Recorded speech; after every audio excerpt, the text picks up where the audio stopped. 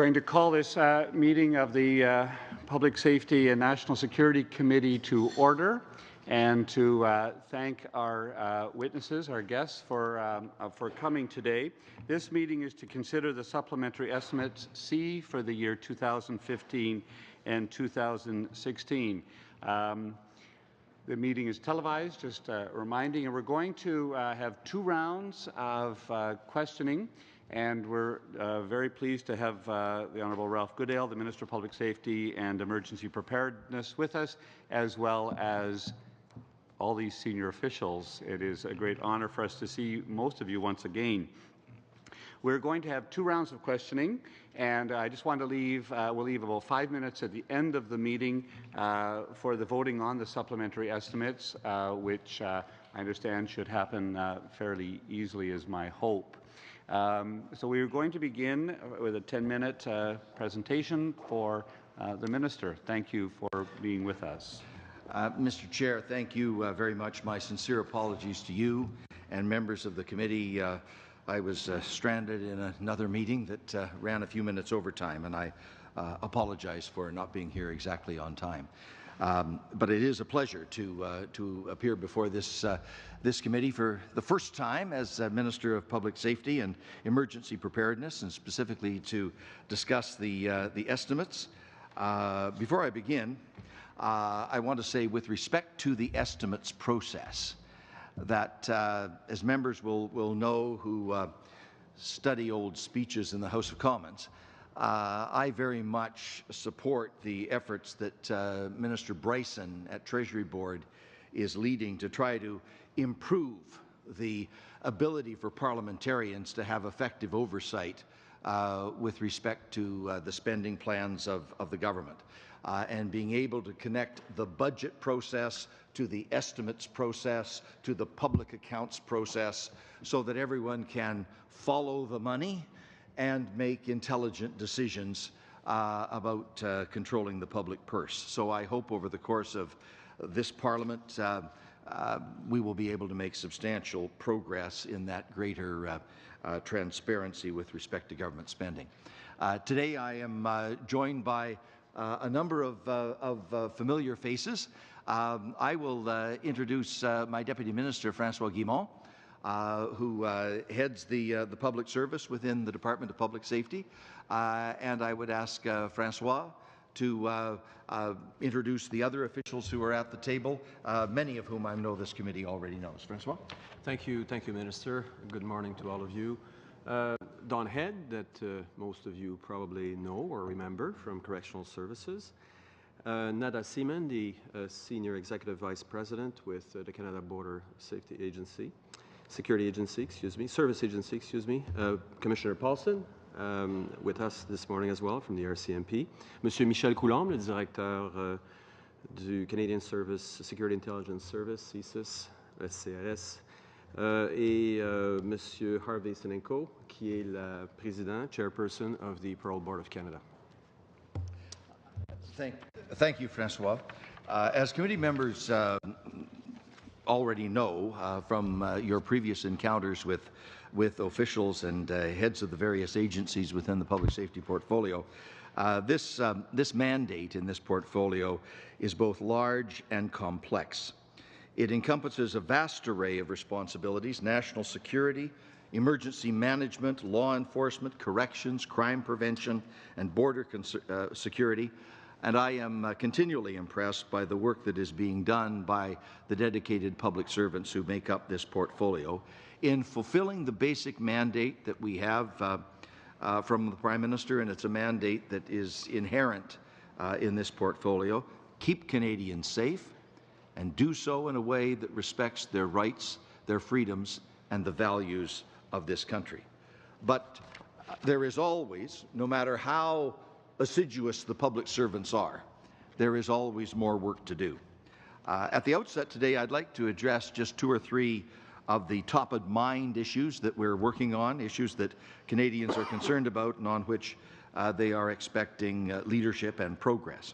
First, as members will know, we have moved ahead with real purpose and intent on the issue of post-traumatic stress injuries, or what people now refer to as operational stress injuries. They are disproportionately high among first responders due to the nature of the jobs that first responders are asked to do every day. Police officers, firefighters, border officers, and others in high-stress situations are risking their lives for the safety of other Canadians. But at the end of the day, very often they do not have access to the resources and the support systems they need to help them cope with the trauma they experience in their jobs. We held a very excellent national roundtable about PTSD, or OSI, in Regina back in January. It was a first step toward an inclusive national conversation about how we can better support frontline responders. And I understand this committee is going to be studying this important issue, and I will certainly follow your deliberations on that topic with a great deal of care. Another topic of urgency is the whole question of workplace harassment in the National Police Force, and that was referred to explicitly in my mandate letter from the Prime Minister. What we want are healthy workplaces that are free from harassment and sexual violence. RCMP members perform an absolutely critical role in our communities, and Canadians expect a high standard from them in terms of professional and exemplary behaviour. And I'm committed to taking whatever action is necessary to help RCMP members and trainees, employees, feel safe and respected among their colleagues and superiors. And I know the Commissioner has been hard at work at that challenge over the last period of time as well. In that regard, I wrote to the Chair of the Civilian Review and Complaints Commission for the RCMP on the 4th of February this year to ask him to undertake a comprehensive assessment of RCMP policies and procedures in the workplace about harassment, and to evaluate the implementation in the force of the recommendations that the Commission had made back in 2013. I note as well that the RCMP itself, Commissioner Paulson himself, has asked Paul Kennedy, who is a former chair of the Commission for Public Complaints against the RCMP, to act as an independent observer and monitor on the investigation that's currently underway with respect to certain allegations of misconduct at the police college. This is a topic that has been of concern to Canadians, and we need to make sure that we're responding on all fronts. Finally, I just want to mention the greatest challenge to our national security as another topic of important concern to me, and I'm sure to members of committee, and that is the twofold threat of terrorism and radicalization to violence. As committee members know, we are undertaking broad consultations about Canada's national security framework with stakeholders that include parliamentarians, subject matter experts, the general public, and our foreign partners. And I welcome and actively seek the input of members in all parties to contribute to this review process. Indeed, a number of MPs, a number of senators have already come forward to make offers. Mr. Chair, I would welcome the advice of this committee about how this committee would want to participate in the consultative process, both hearing from other members of Parliament, but also hearing from the general public about our national security framework. Among our top priorities is the establishment of a designated Canadian Office on Community Outreach and Counter-Radicalization Coordination.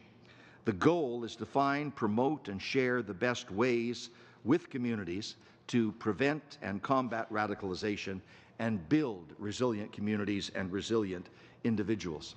The Aga Khan, a very respected citizen of the world, a global activist for peace, and a great friend of Canada, has described our country as the finest expression of pluralism that the world has ever seen.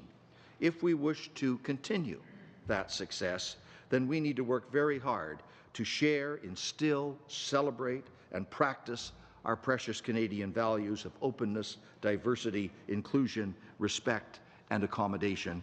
And I hope our new Office of Community Outreach will contribute to that effort.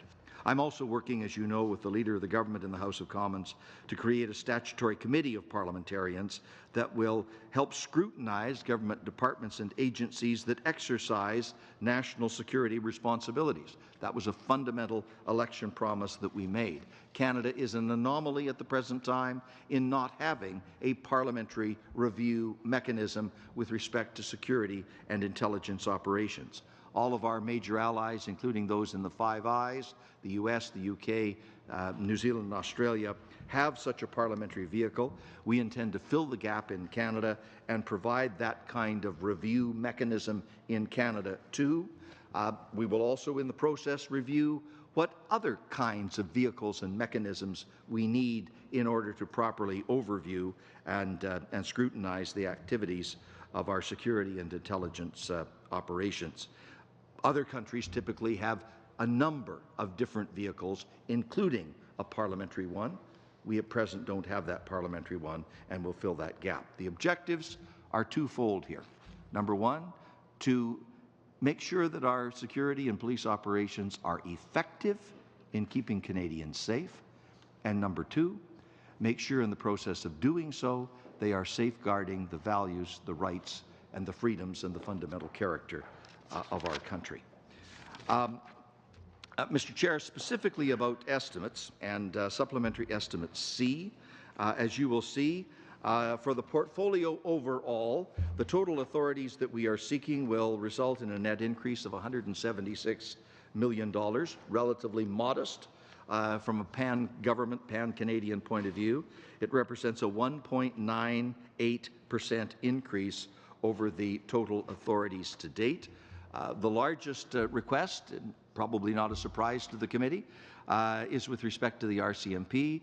Commissioner Paulson has in the past been very candid with the committee, indicating where the financial pressures and stresses and strains are, and he's had to make some internal reallocations from other areas to national security, which has been difficult for the force to accommodate.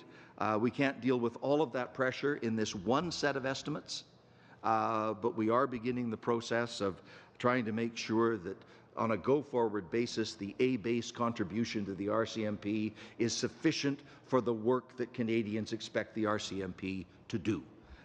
You can't give them a mandate and demand they perform miracles and then not provide the resources necessary to get the job done. So the increase for the RCMP is $110 million, most of that going to the contract policing side of the equation. There's also funding here for counterterrorism work and the fight against cybercrime. With respect to the CBSA, there's an increase of $59.2 million, largely related to its mandate for securing the borders, the integrity of its frontline operations, the critical work that it has performed in respect to the Syrian refugees, and improving its capacity with respect to biometrics. For the Correctional Service of Canada, the request is a total of $4 million, the majority of which goes to fulfilling the requirements of the Canadian Victims Bill of Rights, and the same with respect to the Parole Board of Canada, $300,000 in order to implement measures in relation to the Canadian Victims Bill of Rights. With respect to CSIS, you will find a number of transactions in the estimates with money moving back and forth, all intended to increase its capacity with respect to software and its work with Global Affairs Canada, which is taking on increasing importance. One final specific point, $2.6 million for Public Safety Canada itself, and that is largely to recognize the additional responsibilities the department is taking on for the National Search and Rescue Secretariat that used to be vested in the Department of National Defence, and it will now be vested in the Department of Public Safety. That's a quick overview, Mr. Chair. I just want to close with this by thanking all of the dedicated public servants who toil in this department and in this portfolio in very critical jobs that relate to the safety of their fellow citizens. They do a remarkable job, subject to the human frailties that we all experience, but they are a terrific group of public servants who work very hard for their fellow citizens. I also want to say, Mr. Chair, I thank you and a farewell to my Deputy Minister, Francois Guimond, who will retire from the public service at the end of this month after a remarkable career in the service of Canada in public safety, public works, Environment Canada, PCO, and elsewhere. Francois, I wish you well in your retirement, and I extend the gratitude of the Government of Canada for your lifetime of accomplishment in the service of Canadians. Thank you, sir. Thank you, Minister. We begin our questioning with Mr. Diorio. Oui, bonjour, Monsieur le Ministre. Good morning, Minister. The world has gone through different stages, and we now see that there are terrorist threats. We've seen them in the past as well, but now we are facing the issue of radicalization of foreign combatants. We are here in a beautiful, stunning room, but this was also a room where some terrible events took place in this country. Could you please tell us how you plan to address this threat? To address it, the challenge is large and significant, and it's a challenge that's shared worldwide. Many other countries face much bigger problems than we do, but the tragic events of October of 2014 demonstrate that Canada is not immune, and we need to treat this with the full seriousness that it deserves, in partnership with our colleagues and allies around the world. The activities, of course, aimed at dealing with violent extremism and radicalization. The frontline efforts to combat the immediate consequences of that are directed by the RCMP and by CSIS and by the Canada Border Services Agency. They work with National Defence. They work with PCO. In fact, there are 17 departments or agencies of the Government of Canada that discharge national security functions and obligations. Those people are on the job, doing an amazing job for Canada constantly all the time. They're absorbing all the necessary information. They are taking the appropriate actions to deal with that information. They constantly assess and reassess the threat level that's applicable to Canada. And I would just pause there to say that while this is constantly under review and nothing is ever taken for granted, the threat level that exists today is the same as it was in October of 2014, which is assessed at medium. There has been no cause for Canada to adjust the threat level since October of 2014, and that remains the case today. In terms of being more proactive about the future, we are focusing, as you know, on the creation of this new Office of Community Outreach and Counter-Radicalization Coordination. And this is to find the very best ways, the very best Canadian ways to reach out to communities, to understand their vulnerabilities, and to be able to identify the best means to intervene before a tragedy occurs. And we've got some good research through the Kanishka program that the previous government initiated. That has given us some useful insights into the process of radicalization that's been helpful. We have some provinces, like the province of Quebec, that's been very proactive in developing its own counter-radicalization strategy. Cities and police forces, like those in Montreal and Edmonton and Calgary and Toronto and others, have developed their own outreach initiatives. The RCMP has an outreach program, so does the Department of Public Safety. What we want to do is pull all of this together in a coordinated national office for outreach and for counter-radicalization, best practices to make sure that we are doing everything we can to build resilient individuals, resilient communities, and avoiding the lure of radical and violent propaganda. And we're going to do our very best to try to make the values of Canadians something that everyone in this country, those who have been here a long time and the brand newcomers, will want something to celebrate. Merci, Monsieur le Ministre. Vous nous parliez donc à l'instant. Thank you. You then are talking about threats that arise from human actions and people's bad intentions. But there are also natural disasters that occur as well. The Parliamentary Budget Officer said recently that the cost of natural disasters is on the rise. Would you be able to share the reasons for that with us? Many reasons for it, but one obvious one is the impact of a destabilized climate and the greater risk of natural disasters because of more frequent, more violent, and more consequential weather events. You think of floods and droughts and the other types of problems that have befallen Canadians and cost municipalities and the private sector and individual Canadians literally tens of millions and billions of dollars. You think of the flood in southern Alberta a few years ago. In southern Saskatchewan and southern Manitoba, 2 out of the last 5 years, there have been major floods. There was the flooding in Quebec, I think, 3 years ago, I believe. The Parliamentary Budget Officer has added up the consequence of all of this. And taking predictable factors into account, the officer has tried to project forward what we can expect in terms of cost. And he is saying that typically what we've budgeted in the past will simply not be adequate to deal with the consequences in the future. So there are two things about that. We no doubt in future estimates need to make more cautious preparations for what the real dollar costs are going to be. But we also need to invest in prevention.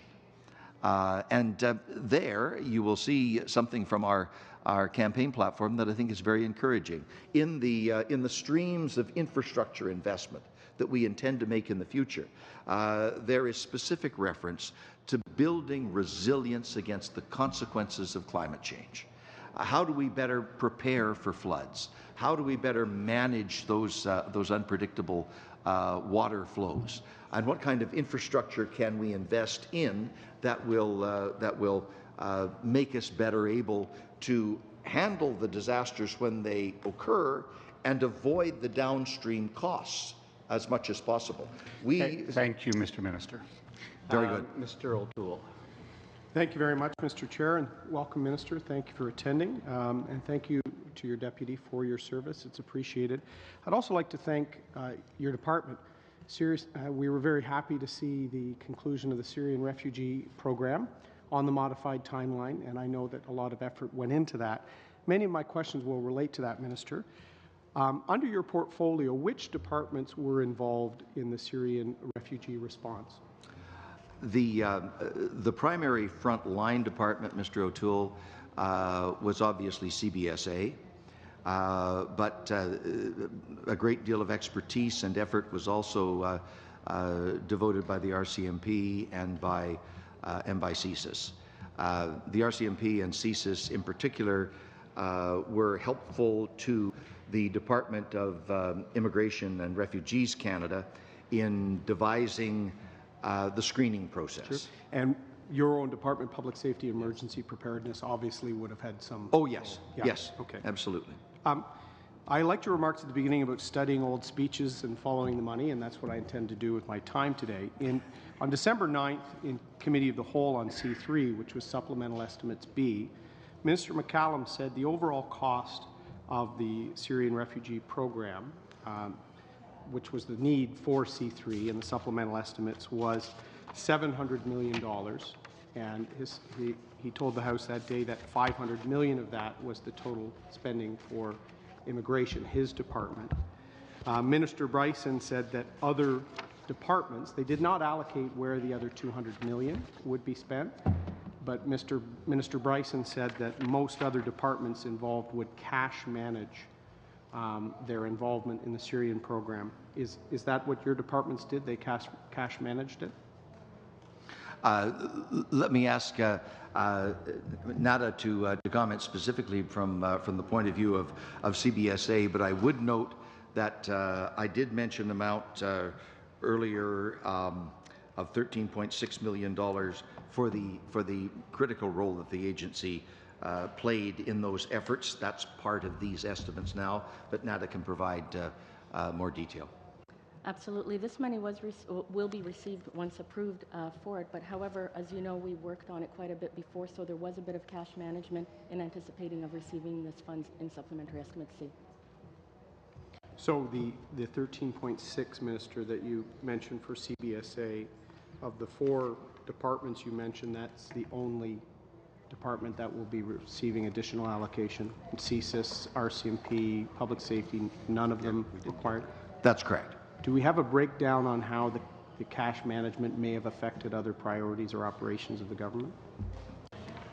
Well, we, at least in the case of public safety, and I'll let my colleagues speak to their specific portfolio responsibilities, we manage that as a priority within our ongoing programs. So we did not specifically earmark an individual or a team. This was part of our ongoing activities, and we just absorbed it. And very often, frankly, we do that when emerging priorities do come up. Could I ask Commissioner Paulson or Mr. Colomb if they have anything to add?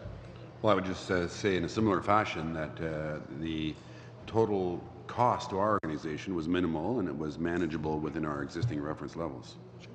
My specifics, Minister, and it may be helpful, is the Government Operations Centre, which I understand was the hub of the entire operation.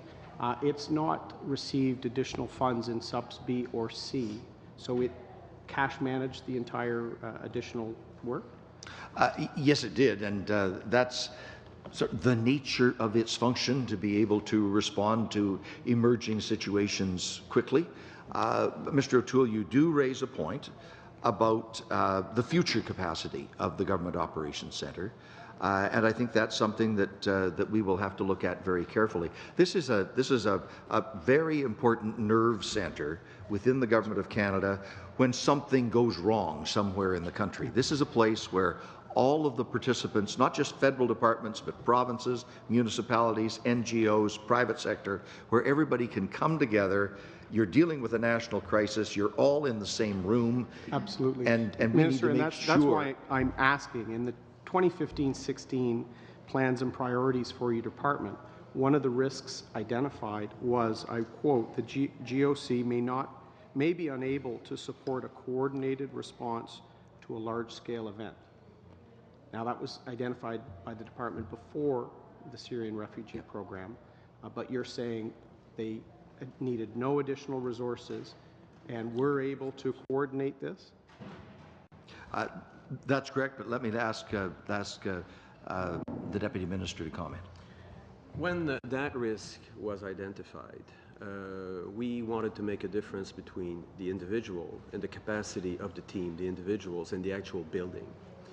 We do have a building limitation, if you wish, something that I have discussed with the Minister, and we are taking steps to address that building issue because the capacity for the GOC to be able to coordinate and respond to a major issue is a function of the team, but also the locus, the structure of the building and its capacity. So that risk is more tied to that component than what I would refer to as the human resources, their training, their capacity to work together and deliver coordinated responses. So would we be able to get a breakdown by department on how much spending was required and how that cash management affected additional operations?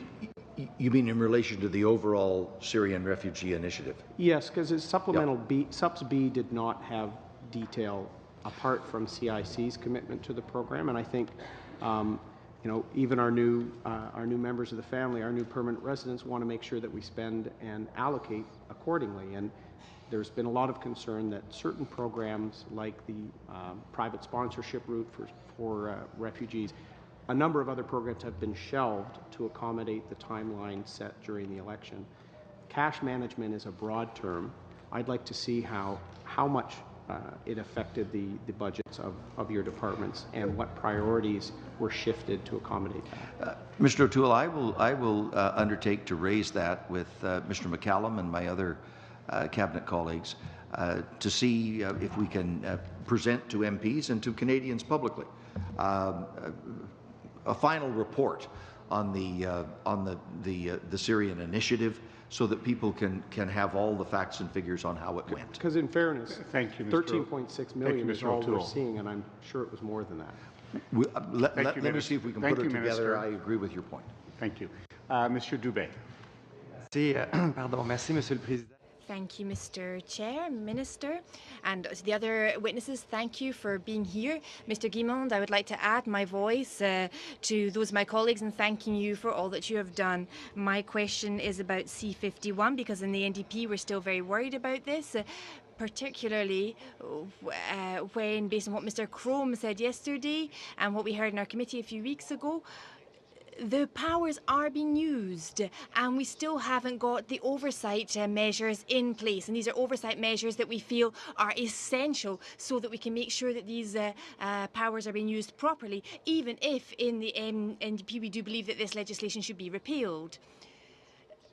The role that the opposition parties have, that's my question. You've made some nice comments about this. But you were in London.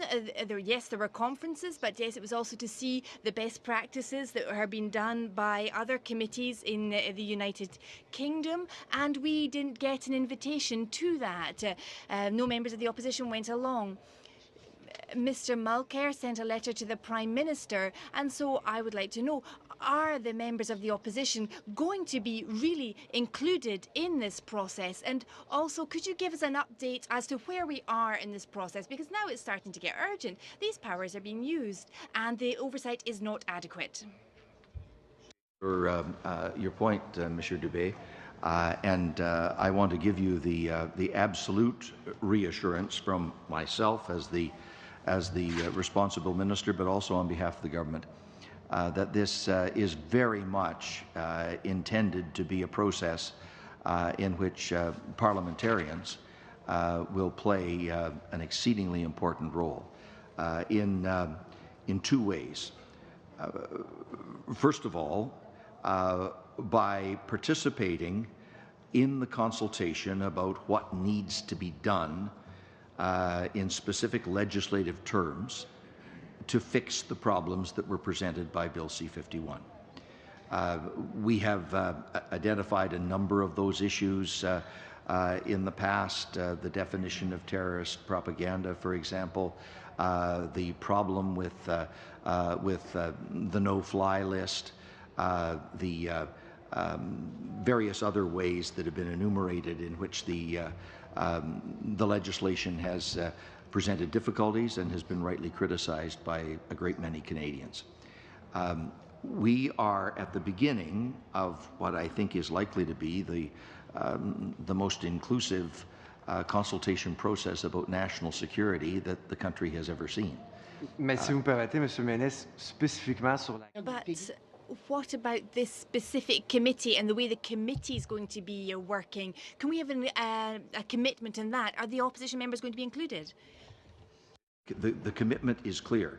Now, when you say this committee, you mean the Committee of Parliamentarians the McGuinty Committee, as Mr. O'Toole likes to dub it. It's a legislative, statutory committee of parliamentarians to scrutinize the security intelligence operations of the Government of Canada. And as I said earlier, there are probably 17 different departments and agencies that have some security function. The committee will be a committee representing all parties in the House of Commons. We are still considering the interface with the Senate. That hasn't been decided yet. I'll be meeting with senators later on to discuss that. But the specific question, will members of the opposition be on that committee? Yes, absolutely. If they weren't, the committee wouldn't work. J'amène juste une précision. Ma préoccupation, c'est pas la My concern isn't just their attending or being on the committee, but we want them to be involved in getting the committee set up as well. We want them to be involved at the beginning, getting it set up, getting it up and running. With the Prime Minister going to visit his counterpart in Washington, the question of streamlining border services and how that's all operating. Some concerns were raised by the Privacy Commissioner with regards to removing red tape, the consequences that can have on how information flows. The other problem is often when we have these agreements with Americans, it's important to remind folks that our laws and American laws are quite different, especially when it comes to protecting the privacy of Canadians. Where is that process at? What's going on? And can you guarantee this committee that the private information of Canadians will be protected according to Canadian law, not American law? Any agreement between two countries with respect to matters of information about citizens would need to respect the laws of the jurisdiction within which the information originated.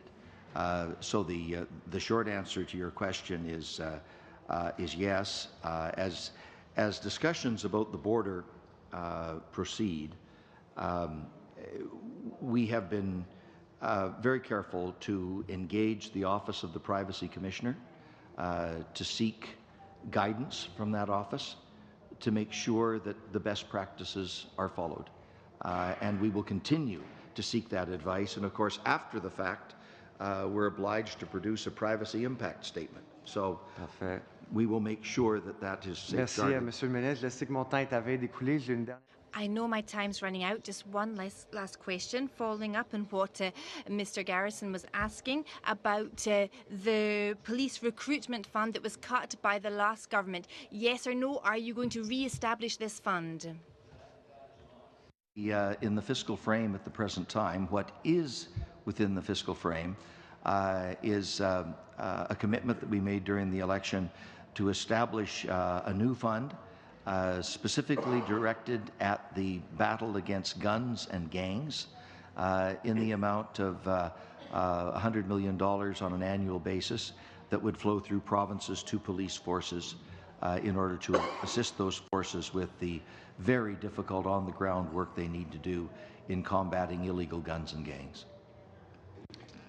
2 seconds.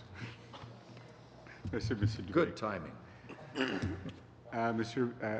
Medicino. Mr. Chair, I want to thank the Minister for coming today to talk a little bit about the supplementals. I also want to take the opportunity to thank the Deputy Minister for his years of service. How many years did you say it was? 34 years and 14 years. Must have gone by like a blink of an eye. Well, I want to try and cover 2 topics today. There's a compliment. I want to try and cover 2 topics today, Mr. Minister. I want to talk a little bit about the Oversight Committee, and then I want to talk a little bit about the no-fly list. And if you'll permit, I'd like to ask some very targeted questions regarding the oversight. You talked about our fundamental commitment to creating a National Oversight Committee. You talked about Canada being an anomaly amongst our partners, and particularly with respect to Five Eyes. So you talked as well about the creation of this committee through a creature of statute. There'll be a piece of legislation that basically strikes the National Security Oversight Committee. Is that right? That's correct. This will be an all-party committee? Yes. So it'll be made up of parties from all sides of the House? That's right. It will be made up as well of both houses. Is that what we're contemplating right now? That remains an open question. We haven't yet had that conversation with the Senate, but we're open to a good discussion. Is it safe to say that we'd like to see progress so that we could include the Senate as part of this committee? I'd like to see it to be comprehensive, but we haven't really crossed that policy bridge yet. Will members of the committee exclude ministers and parliamentary secretaries? Exclude, yes. Okay. And these will be order and council appointments, which is to say they'll be appointed by the Prime Minister's office or by Cabinet? The method of selection has not yet been determined. What will be required is an extraordinary level of security clearance, because obviously these members of Parliament will have access to very sensitive information and they will need to be appointed on a basis that respects that very critical dimension of public safety and security. And is it sorry? No, good. Is it possible that as part of the screening process that it may contemplate an order and council appointment? That's possible, yes. Okay. Yeah. You mentioned earlier to some of my colleagues on the other side of the aisle about appointing members from the opposition. Is it the government's plan to consult with leaders of the opposition parties before including members of their party? There obviously needs to be very thorough consultation with party leaders and with members of Parliament in order to get this appointment process right. The exact methodology has not been settled, but we will seek the advice on all sides of the House to make sure that we have a satisfactory way of assembling the committee. Regarding powers that are contemplated for the National Security Oversight Committee, is it your vision that the committee will have the power to compel witnesses to attend and give evidence? That policy question has not yet been determined. And has it been determined whether or not we'll have the ability to compel individuals to bring information which might otherwise be categorized as privileged under the national security provisions? That's in the same category of compelling witnesses or compelling documents. Those issues have not been resolved yet, but I do repeat the objective here is that this committee has to be real. It has to be credible. It has to be trustworthy so that when they do their work and offer comments to Canadians on the nature of their work, Canadians will be able to trust that they are being told the truth. So credibility is absolutely essential here, and we need to make sure the committee has the tools necessary and the resources and the research capacity to do its job. Last question on National Security Oversight Committee.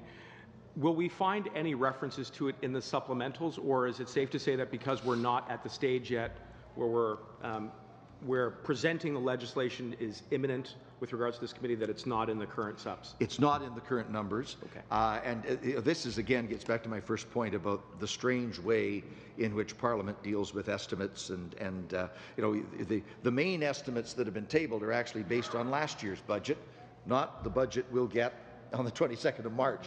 So we've got to change the order of things here to make it logical.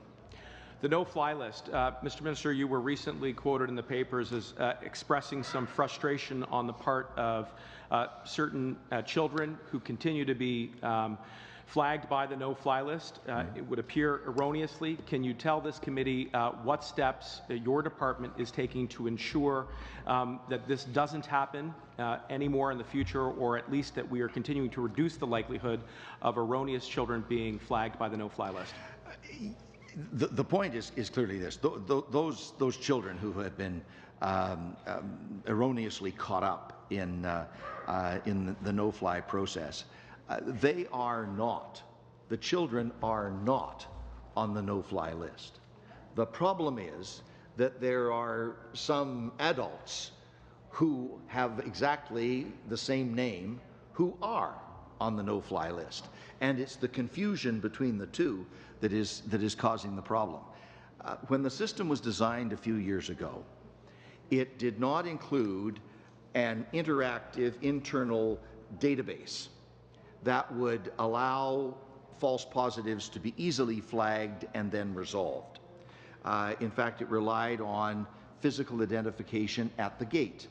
And within 5, 10, 15 minutes, the problems can be resolved. But that still presents an awkward situation at the gate. So we've got to find a way to improve the database and the computer system.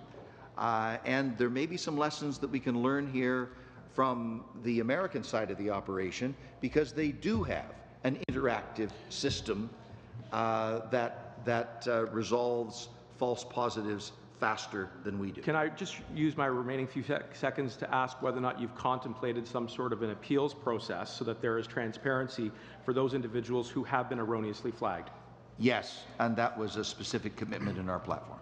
Thank you, Minister. Mr. O'Toole. Thank you very much, Mr. Chair. Minister, a number of my colleagues have been asking about the Committee of Parliamentarians for Security Intelligence Review. We've been affectionately calling it the McGuinty Committee for lack of any other description. Your affection is overflowing, Mr. O'Toole. Well, you see that pragmatically last week, after consultations with the NDP and the lack of consultations from the government, I sent you a letter with recommendations. Mr. Mendocino clearly read it because several of his questions to you were contained in my letter. My question really, you were saying the exact methodology is to be resolved and you need this to be credible. You're clearly still putting parameters on it. Yep. Why appoint a chair before even the parameters are done? Well, we're reaching out to have a very inclusive process, and Mr. O'Toole, I would quite frankly apologize to members of Parliament around the table here for not being able to move as quickly on this as I would have liked to. I've said on other occasions this department is like riding a fire hose, and trying to get up to speed on every issue is a big challenge, but we're getting there. Sure. But there will be, I welcomed your letter, as I did Mr. Macair's letter, helpful input into the process. Mr. LeBlanc and I will be meeting shortly with members of the Senate to get their input, and we will have more fulsome discussion of this. But the suggestions that you have made and others have made about how to structure this committee and what power and authority it needs to have is his helpful input, and we will weigh all of that very carefully. I appreciate those comments, and I know MP Rankin and I will wait by our phone for the call. One final question on this is, you talked about, and Mr. Mendocino mentioned it as well, the official secrets that will be involved, the credibility. The UK committee has had some success with the discretion over 2 decades. One of the points I made was that members should have some experience in security, national defense, previous experience on committee chairing or ministerial experience to ensure that the quality and effectiveness of the committee is safeguarded. Is that your plan? Because there has been some speculation that you've already identified government members for the committee. Can you confirm whether or not that's true? The final decisions have not been taken, Mr. O'Toole, and the kinds of qualifications that you referred to in your letter will certainly be helpful. They may not be the only ones, but I take your point that this committee needs to have the horsepower to do a good job. Otherwise, why have it? It's not there to be window dressing. It's not there to be a buffer or a deflection. It's there to give Canadians the assurance of 2 things: that the agencies are doing what they need to do to keep Canadians safe, and at the same time, the values, rights, and freedoms of Canadians are properly respected. And I want this to be a very high-caliber group of parliamentarians who will be able to give Canadians that assurance. Well, certainly the Conservative Party wants this to be done right. We're prepared to work with the government, particularly to ensure the safety of the operations conducted by our intelligence agencies and their personnel. My final questions, I think, will relate to the court decision in Mounted Police Association of Ontario versus Canada, and we did speak the first time in the House on this subject when the government sought an extension of the court period for that case. And I understand that the government will be bringing legislation very shortly on the new designated bargaining model, using guidance from the court to ensure that members have their right of collective action, and whether it will be in the Public Service Labour Act or not. My question is, in estimates, we see another $110 million for the RCMP, with about half of that being for contract policing. Has your department, working with the Commissioner, looked at the impact on the fiscal framework of this legislation that will be in front of the House in the next few weeks, in terms of how much upward pressure it may put on budgets? Very briefly, Minister. The Supreme Court has been very clear that RCMP members not having collective bargaining rights is a violation of their constitutional rights. So the legislation will remedy that constitutional defect, and that will result in a bargaining process that, as with the bargaining in all other sectors of the public service, will be handled by Treasury Board. But you will find in the legislation a design to ensure that the unique nature of policing operations is appropriately safeguarded. Commissioner, do you have some thoughts that you want to add? I'm sorry, we're at the end of that time. Thank you, Minister. Hard to cut off, Mr. Goodale. Ms. Demont. We're still to cut off the commissioner. I know, I'm worried about that. Thank you very much for being here and bringing your officials with you. And I'm going to change the subject just a little bit. I've met with representatives of the Elizabeth Fry Society and the John Howard Society, and they've talked to me about the devastating personal and financial cost to individuals because of changes that were made to the previous government's pardons or record suspensions. And I just wondered if you could speak to that a little bit. Well, I might ask Mr.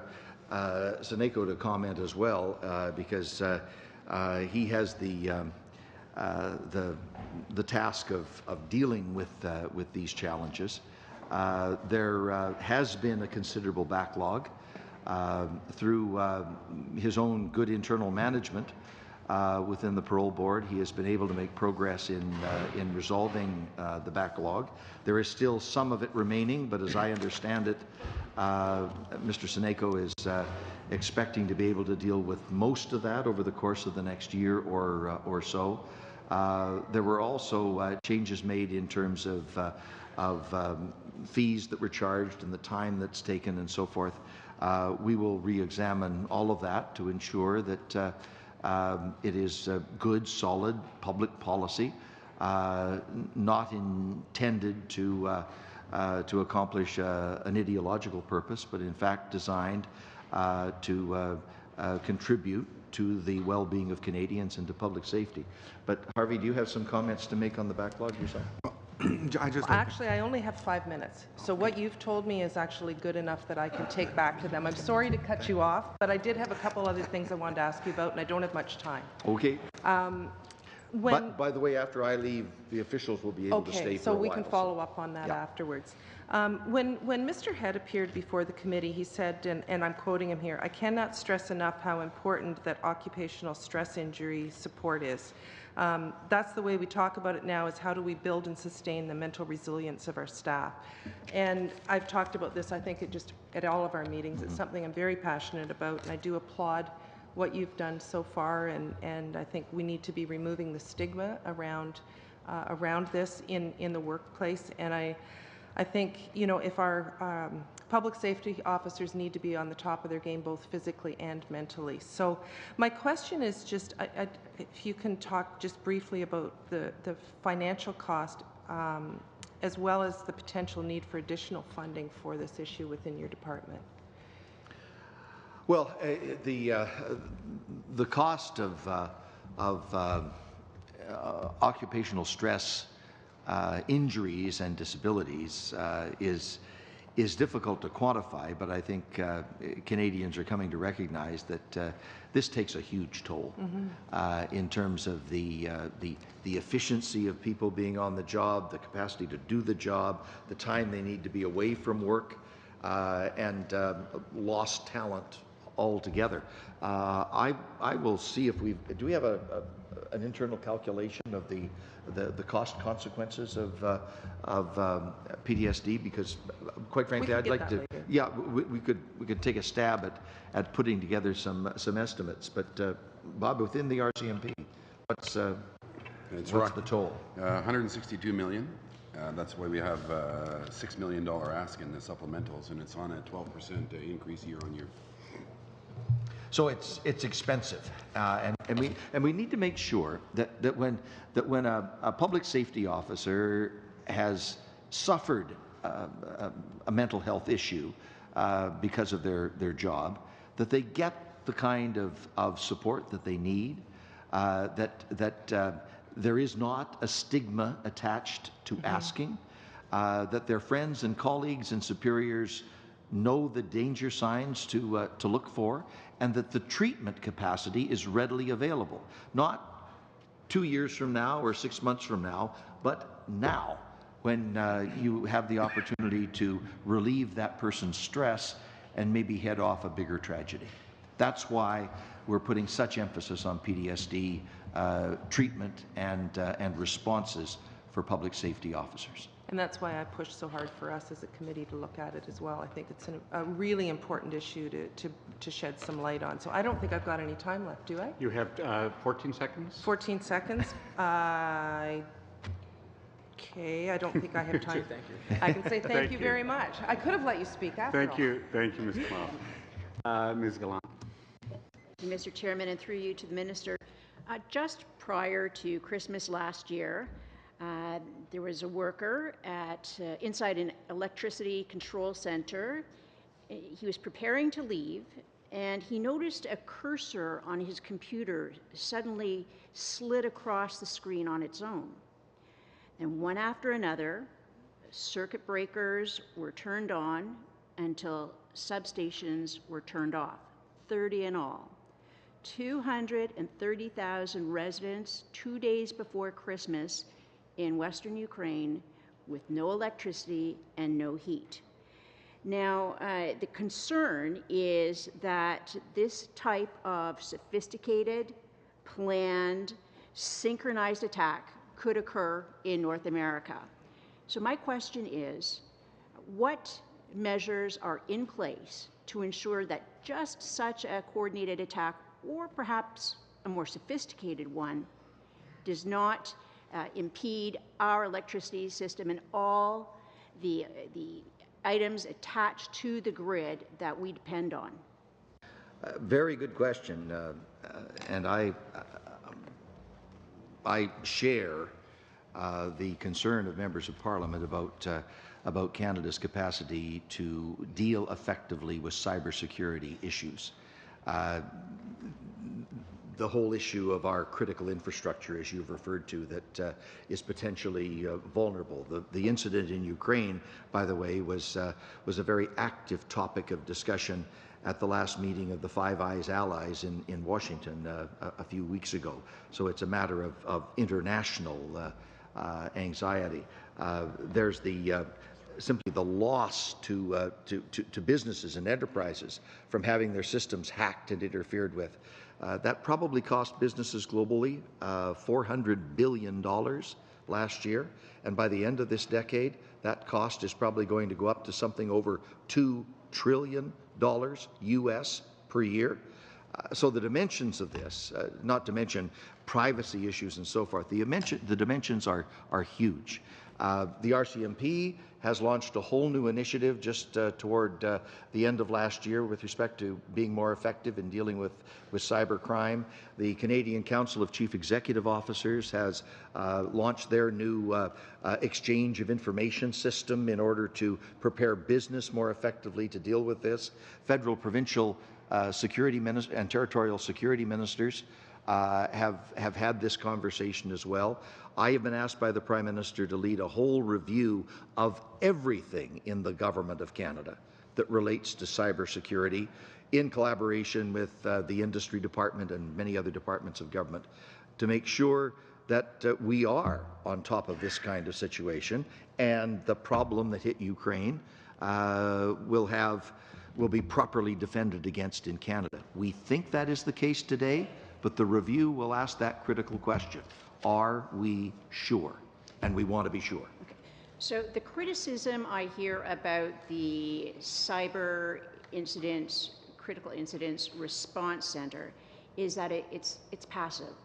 There are plans and tips given, but in the event of a cyber attack, be it commercial or related otherwise, that there's not an instant response. So do the steps reflect any efforts to stand up a coordinated command and response to these type of incidents? Let me ask the Deputy Minister to comment. Thank you, Minister. The SERC, the capacity that we have in public safety, which, by the way, is co-located with the Government Operations Center, which ultimately, if we're successful in relocating, would be helpful. This group is a very capable group, and it has augmented its capacity over the last budget. So there's more people to the group. That's the first observation. The second one, they're pretty active in the sense of their responsibility is one of getting information from operator when they face a situation. They keep literally a laboratory of viruses that they study, understand, and they're very quick at disseminating this information to other constituents in Canada for them to take action to protect themselves.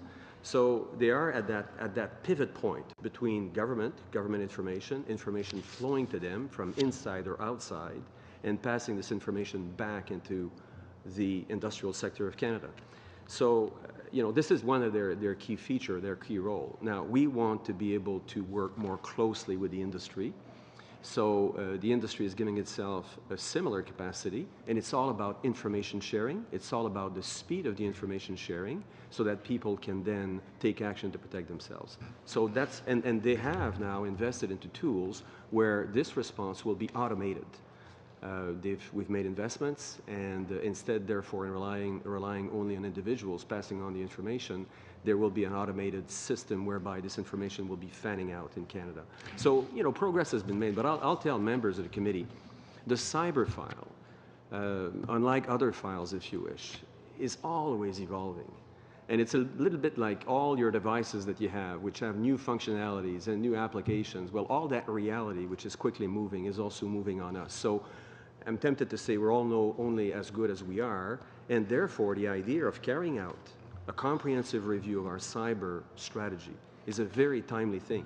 The strategy is not that old, but the file is moving so quickly, it's time to step back, see where we are, and carry out actions where we think we may have weaknesses. Thank you very much, Mr. Could I just, Mr. Chairman, ask if every member of the committee has changed your password today? Supposed to do it frequently. Thank you. We're going to suspend the meeting for a few minutes. Mr. Goodale is leaving to go to another meeting. The officials are going to stay. What I'm going to suggest to the committee is that we continue finishing round one. So we would go with Mr. Spengeman, then Mr. Dubé, and then start back at the top of list for round two with the officials staying. So just suspend for 2 minutes. Mr. Chairman, thank you for the opportunity to be here. Appreciate your questions, and I even look forward to coming back another time. You'll be invited. Might I suggest to on the cyber center that was the subject of the last question, it might well be possible to arrange an opportunity when members of this committee, if you're interested, could actually pay a visit to the cyber center and see it functioning. That might help with some of the background information. Excellent. Thank you very much. We'll suspend for just 1 minute.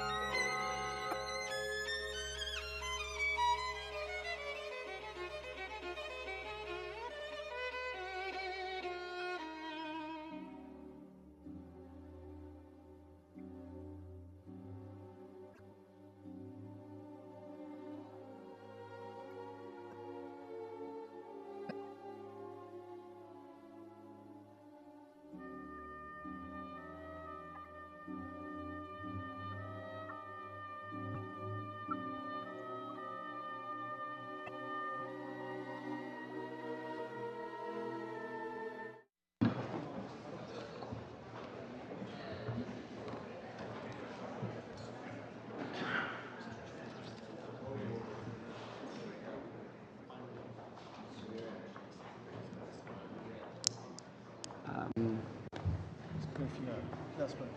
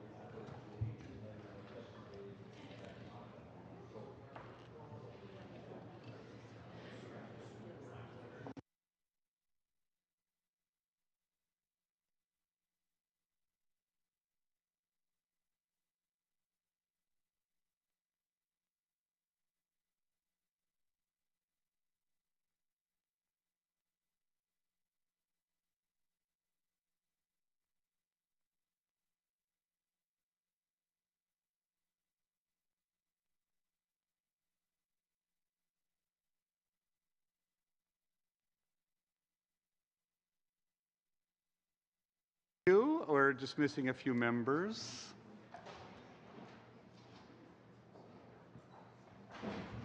As I suggested, we're going to finish round one, so that will be 5 minutes for Mr. Spengeman, 3 minutes for Mr. Dubé, and then we start back with the 7-minute round, and the first one will be Mr. Erskine-Smith in the second round. Okay, Mr. Spengeman, 5 minutes. Thank you, Mr. Chairman, and thank you to our 6 distinguished senior public servants. Thank you all for being here. Thank you for your service to the nation. And through you, my thanks also to your colleagues, the women and men that are in the field, keeping us safe day after day, who are not here today, but through you are represented here. I have 2 questions. One of them is specific, the other is more general. I'll start with the more specific one. In our ridings, I think many of us who are parliamentarians around the table and colleagues who are not here will have received questions over the past months on the issue of marijuana. I've had folks come to me from both the production side, people that are interested in holding licenses to produce medical marijuana, from the consumer side, people who are beneficiaries of medical marijuana, but also the pros and cons of the recreational side. And I'm wondering if you could give the committee and through the committee, the Canadian public, an update on the current status, the current legal status of marijuana.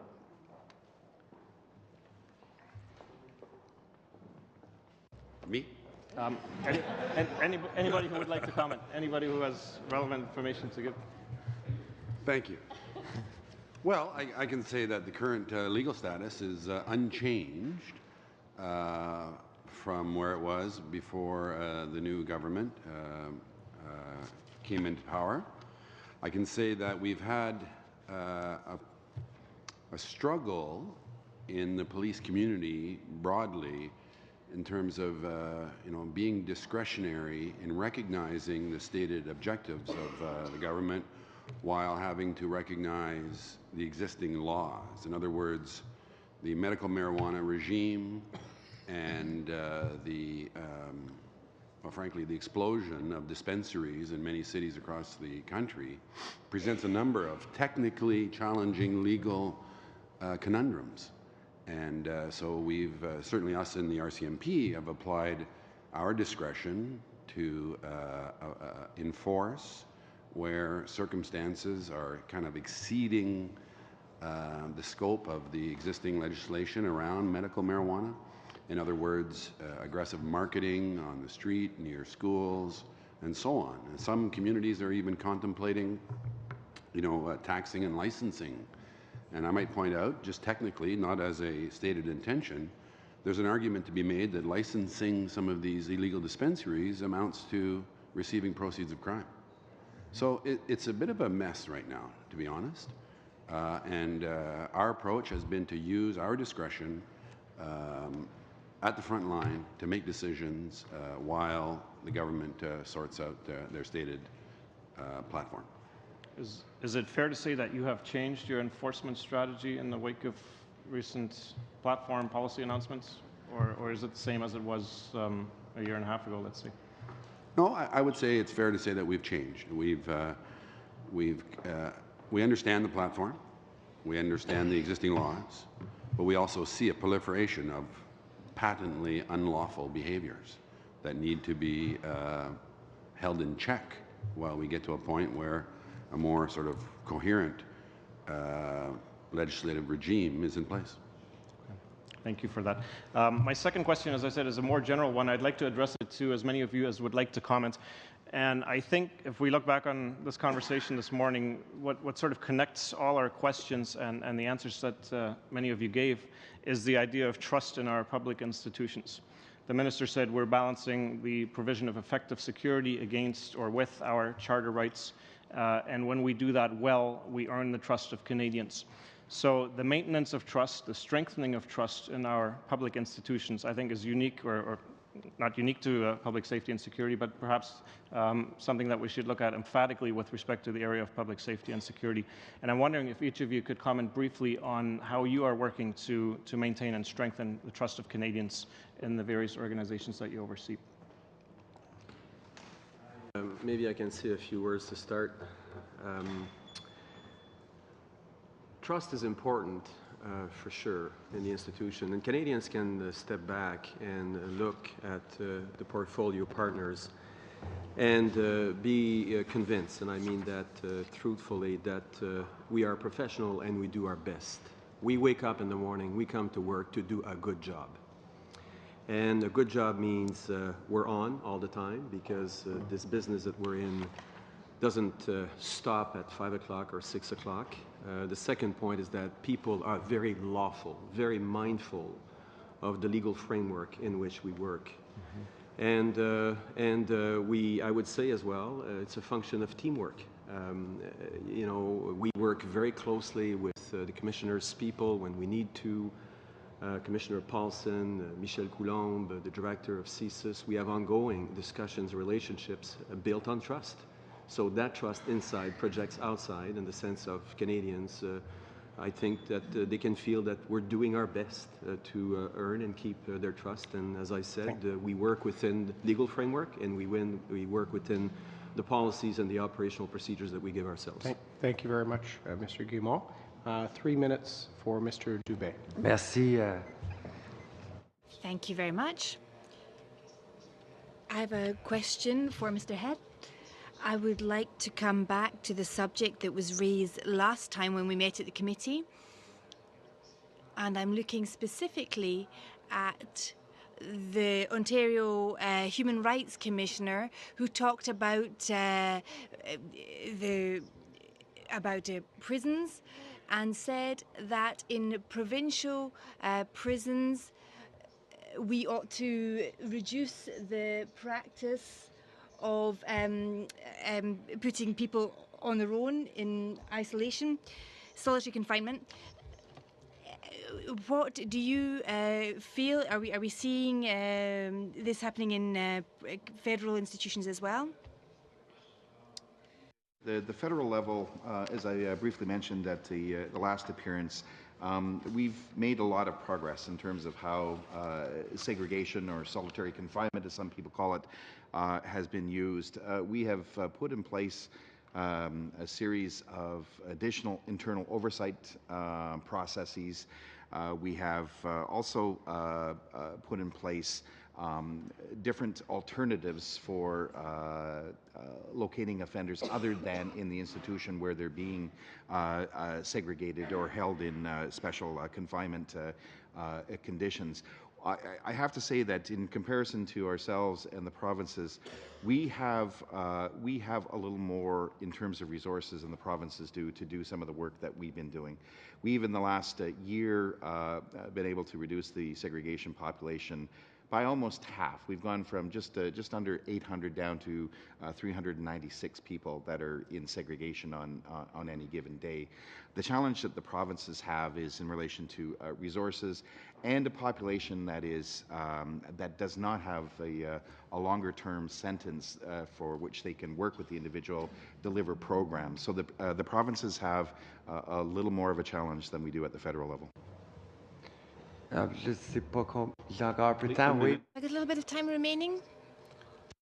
Commissioner Paulson, concerning the backlog, I'm just wondering about the criminal database backlog that the Auditor General's raised a few times now. I think we're closing in on 7 years now that since this has been brought to our attention. Can you give us maybe an update on where that is, or do we have to wait for the Auditor General to report on it again? No, I don't think you have to wait for the Auditor General again. We have implemented a plan to reduce the backlog, but on a sort of cascading priority level to recognize that the transition to the electronic reception, or actually taking of fingerprints and biometric data into the system, that transition is a tough one, not necessarily just for the RCMP, but for other police services. So that transition is making it difficult, but we are trying to prioritize our updates to the record database so that courts are properly informed as to what they're facing when criminal records are presented, or that police officers, perhaps equally, if not more importantly, are aware of who they're facing when they are doing their jobs. But the plan is in place, and it's a massive undertaking to digitize that whole approach, and I'll undertake to provide an update in more detail, if you'd like. Thank you, Mr. Paulson. Mr. Erskine-Smith, for 7 minutes. Thanks very much. So I'd like to deal with the estimates themselves, and I'd like to start with the Canada Border Services Agency. There's a line item, $21 million, funding to improve the integrity of the CBSA frontline operations. It's one of the largest line items we have before us. I was wondering if you could give us an explanation as to where those monies would go. Absolutely. This is money that has been provided actually since 2011, and it's basically to help for the program integrity. It's in basically 3 areas. One is, once we became an armed workforce, we no longer could utilize students on the land borders, and so that we need to now supplement that in peak periods with regular officers, which is at an increased cost. Also, small and remote ports, we needed to double up our officers for safety and security purposes, and so that required additional workforce on all of our small and remote ports.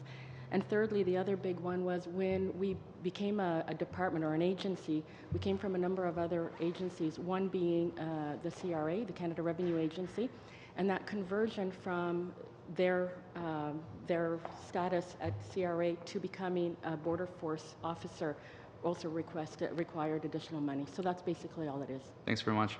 My next question is for Correctional Service of Canada.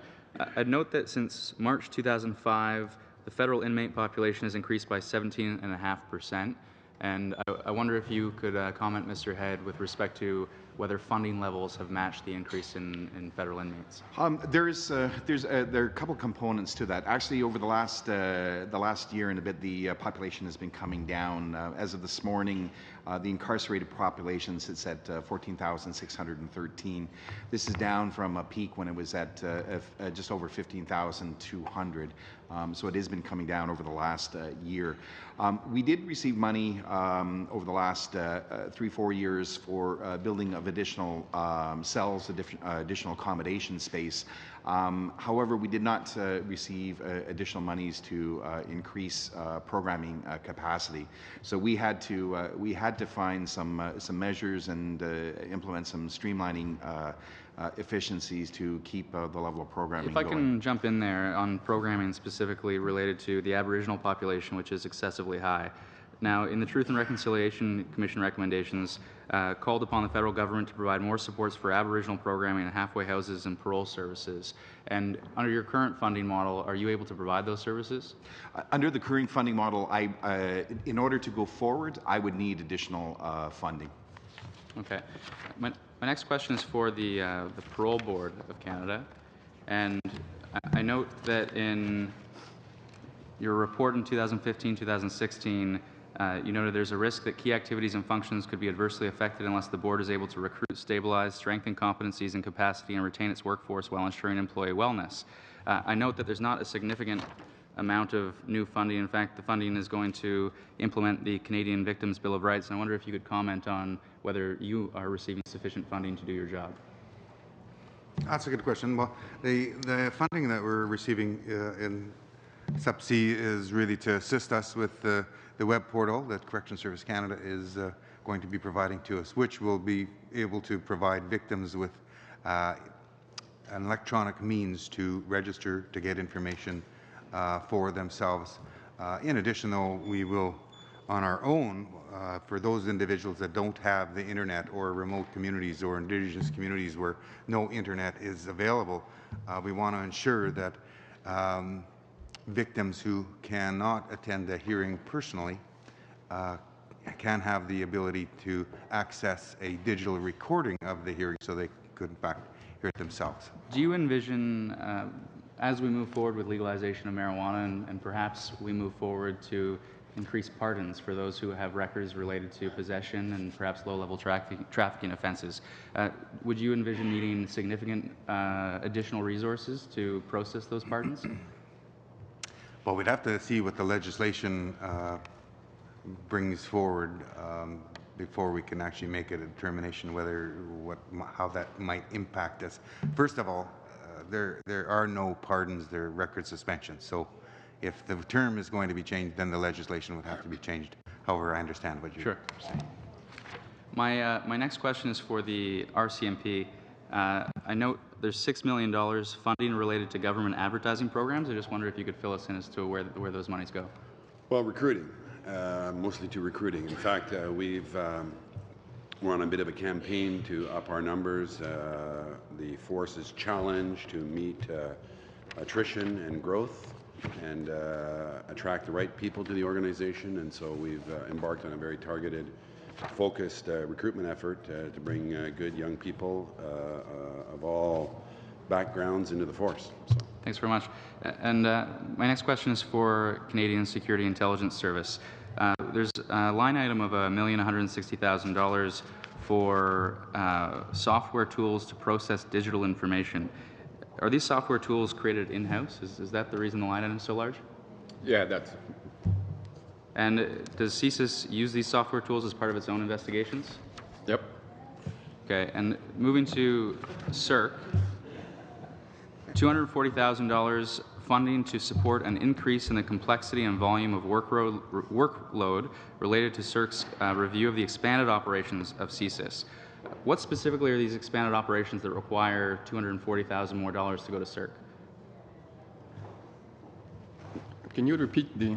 Sure, yeah. So I'll take you to line item $240,000, funding to support an increase in the complexity and volume of workload related to CERC's review of the expanded operations of CSIS. Yeah, as CERC is expanding the number of reviews they're doing. Sorry, it said expanded operations of CSIS, so that may be incorrect then.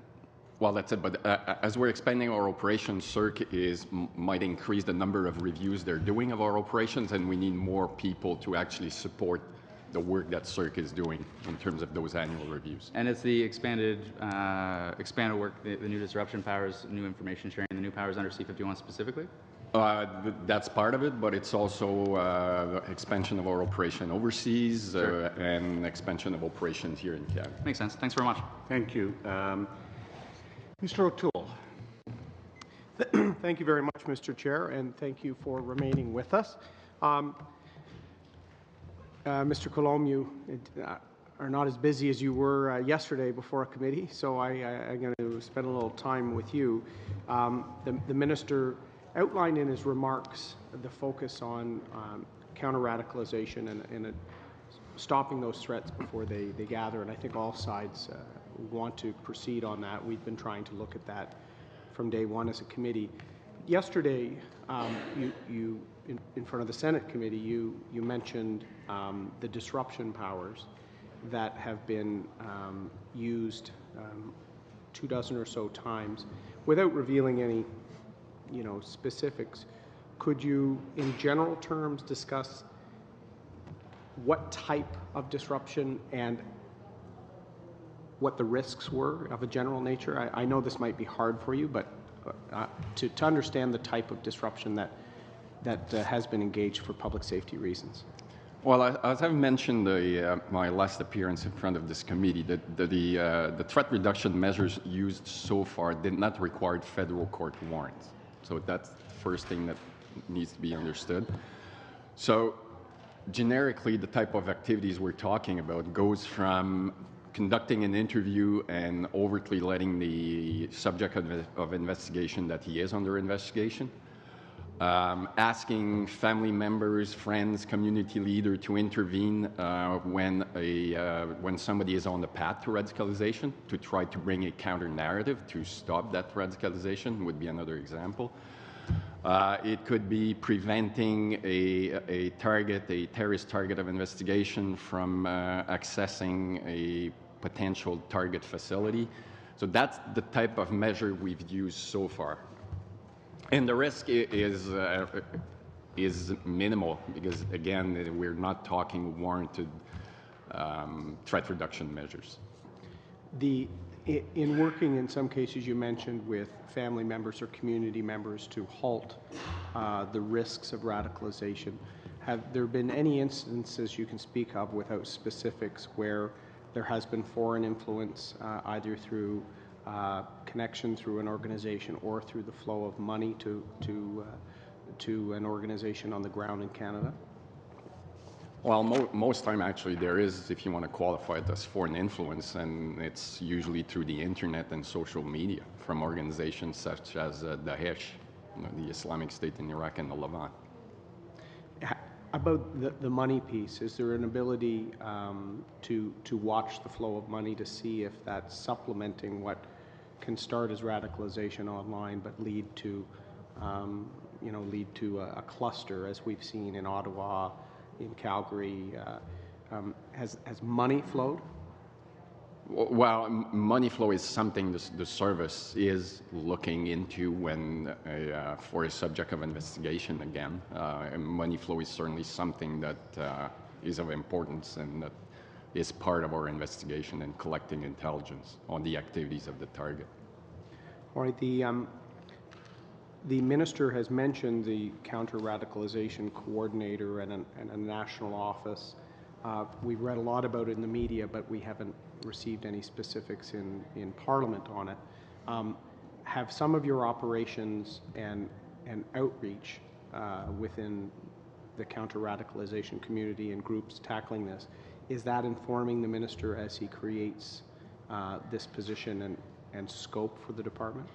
Yeah, the role of the service and the work we've done so far, for example, being part of the Kanishka project and the analysis the service has done itself in terms of factors leading to radicalization, is certainly informing public safety as they're working on this project.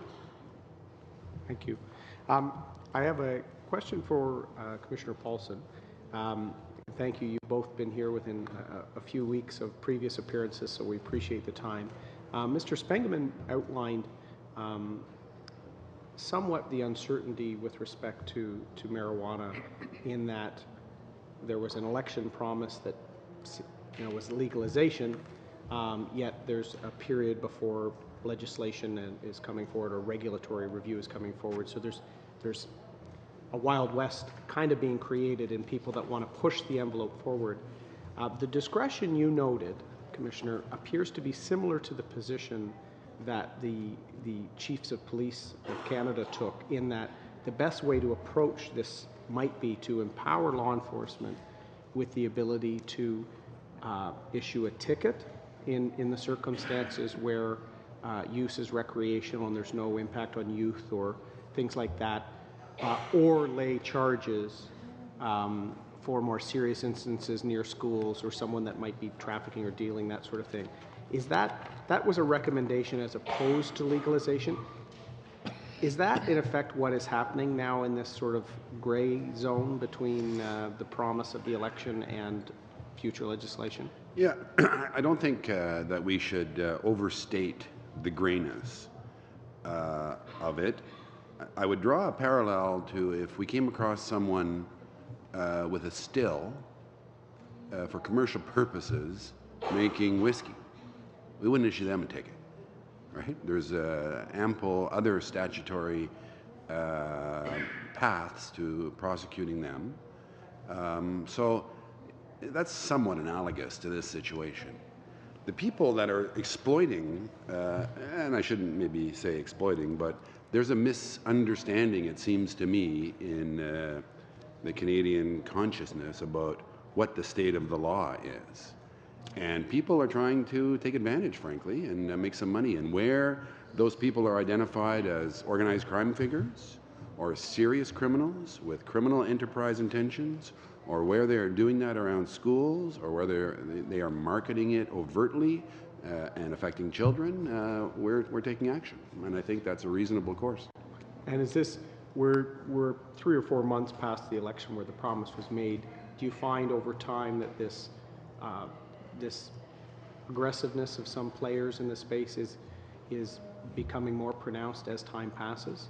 Very briefly. No, it seems to be pretty steady. Okay. Thank you very much. Mr. Dubé? Merci, Monsieur le Président.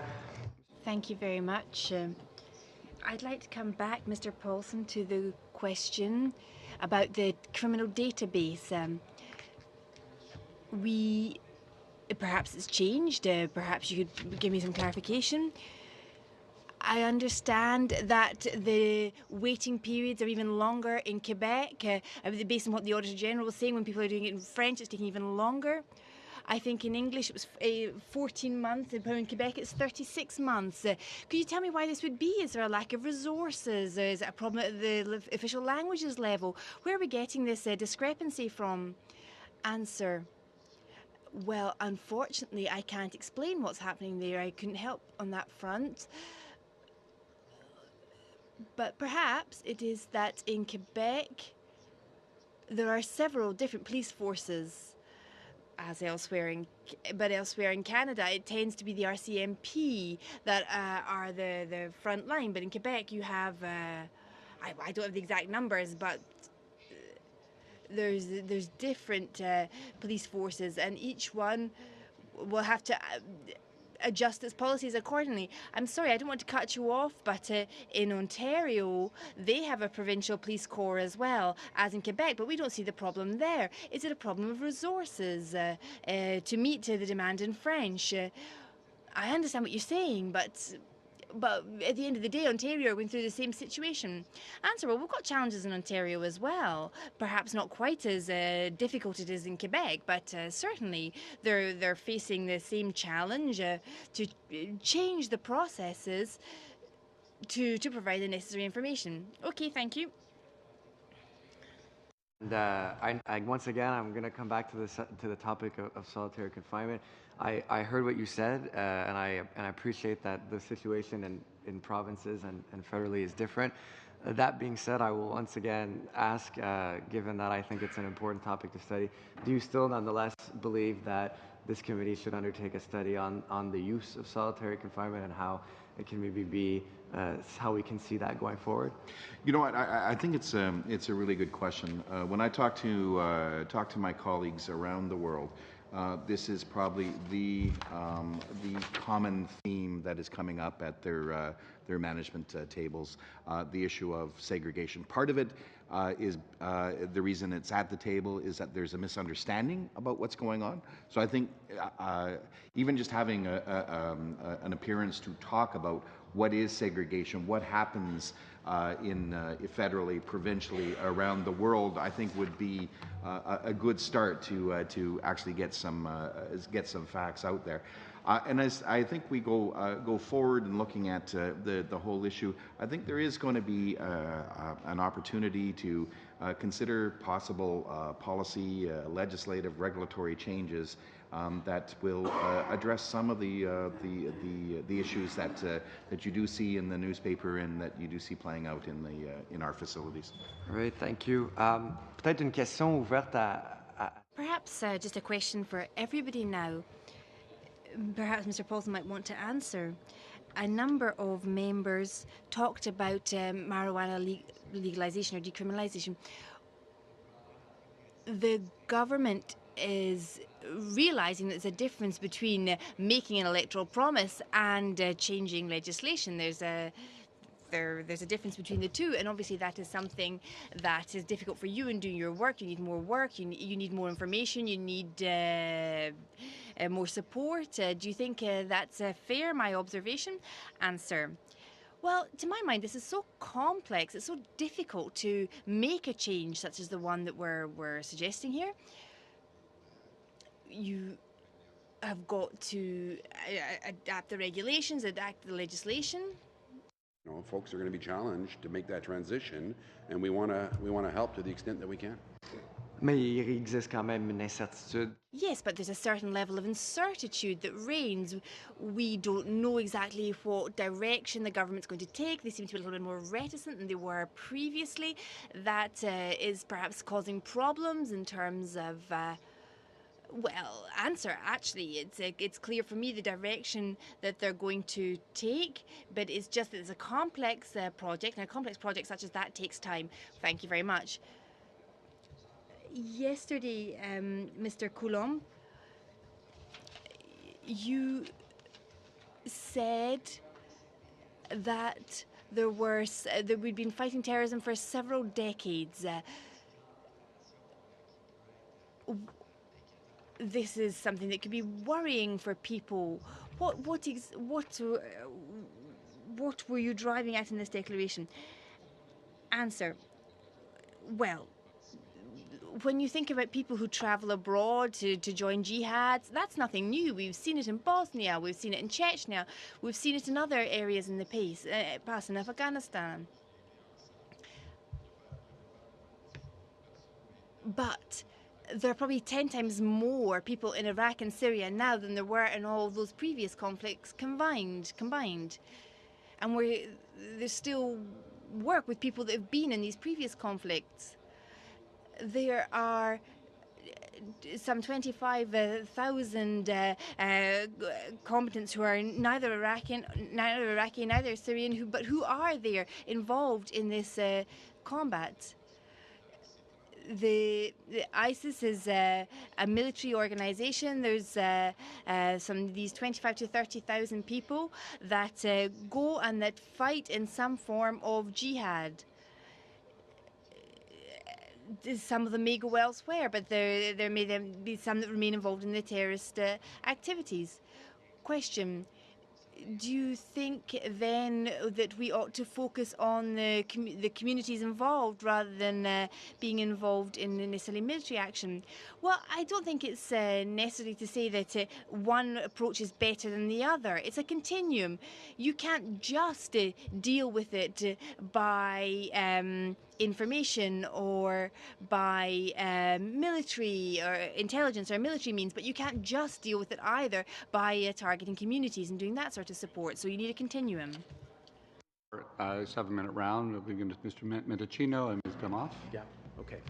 Thanks very much, Mr. Chair. I'd like to return to the topic of the National Security Oversight Committee, and given that the Minister has now taken his leave, I'm going to direct my questions to the Deputy Minister. But we've heard about the distinction within the broader context of oversight between real-time oversight and sort of post-hoc, after-the-fact oversight, which is more akin to what the CERC committee does. They take a look historically at whether or not the departments are complying with the balance between the need to protect Canadians and also safeguarding their values under the Charter. We get real-time oversight presently through the National Security Advisor. Is that a fair statement? Well, if you mean the government. I mean the Prime Minister gets real-time. Yes, it is a combination of public safety, the agency heads, the Deputy Minister, the Minister, and the National Security Advisor, and the apparatus around that unit. Yes. And it's channeled through the National Security Advisor. For the PM, fair statement? For the PM, yes. So it requires sort of ongoing information and assessments provided to the executive branch, namely the Prime Minister. Yes. And it also requires coordinating all of the various branches within the broader intelligence community. Is that right? Yes. And in the course of exercising that function, there is some oversight. Is that a fair statement? Well, the oversight, I would use the word review, is separated along a number of lines of the agencies. So the director of CSIS as CERC as a review mechanism, the Commissioner Paulson has also capacity, the review mechanism to look at the operation of the RCMP. So it's separated. It's not integrated one, and it's not parliamentarian. That's the big difference. It's people that are from the outside. So there's arm's length, but they're not tied to the government. The Parliament. So my question is this: where do you see the National Security Advisor's role within the National Security Oversight Committee? Do you see this particular official as being the most appropriate one to brief the National Security Oversight Committee on ongoing, real-time exercises of government authority as provided for under the relevant statutes? If I were, Mr. Chairman, to look at the dialogue we had with in the UK when I was with the minister in January, they will go where they need to go to get the information they need in carrying out their duties. So it could be calling upon the NSA, but I can see the director of CSIS being called forward, same thing for Commissioner Paulson, myself, anyone. So they will go, again I repeat myself, they will go where their mandate essentially allows them to go to get the information they need to carry out their work. And this is in keeping with my question earlier to the minister about the ability to compel witnesses to come and provide evidence to the statutory committee. And that's a question that will need to be discussed. I know that, if I remember, in the UK, they have the power to compel, if I remember, but they have been using very much an approach whereby by calling people to come forward to the committee, the individuals come forward and contribute or collaborate quite freely. So, okay. And that point will have to be discussed by and decided by the government. Thank you very much, Mr. Chair.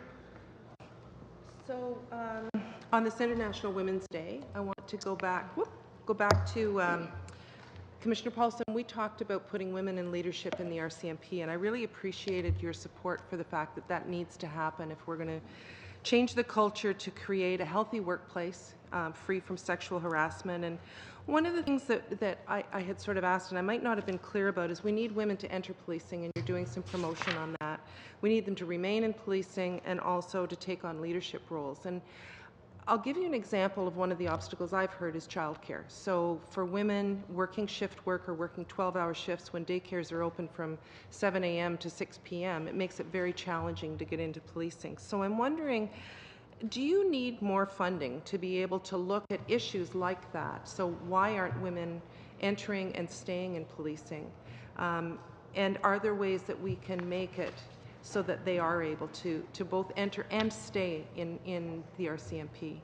No, that's an excellent question, and it's something that we've turned our mind to in the last several years as we've tried to advance on the gender and respect issues that we've been working on. But just quickly, women have a retention rate in the force on par with men up until 25 years.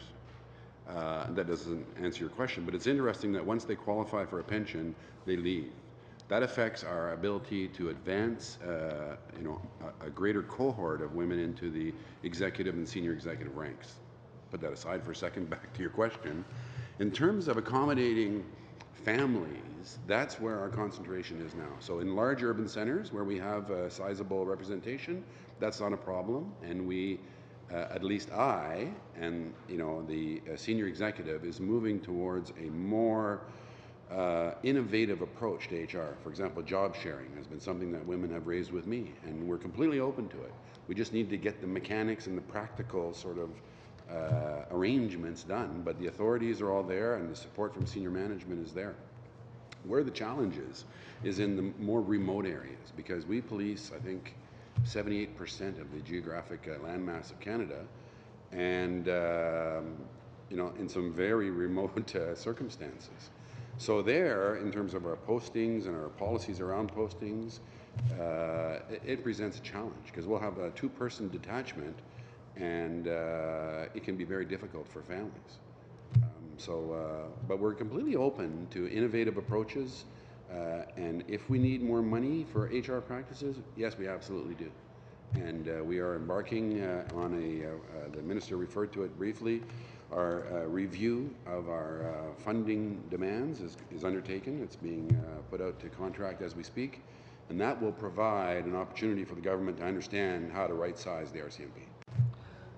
I suspect in remote areas, getting the right people, whether they're men or women, is a challenge because of those families. So you're really limiting who is able to take those postings, because it would only be certain people with certain family situations that could do that. Right. Okay. I think that's my time. That's your time. That will end our questioning, and I have three questions for the committee members. You have in front of you the list of the 12 requests we have regarding voting on the supplementary estimates. Do I have unanimous consent that we will agree to them as they are stated, or would you prefer to vote on them one at a time? It's okay to accept them, and are they accepted then unanimously? On division, so we will have a vote, and simply all agreed. Signal aye. Any disagreed? What? Okay. We don't need a recorded vote. I'm not asking for a recorded vote. All right.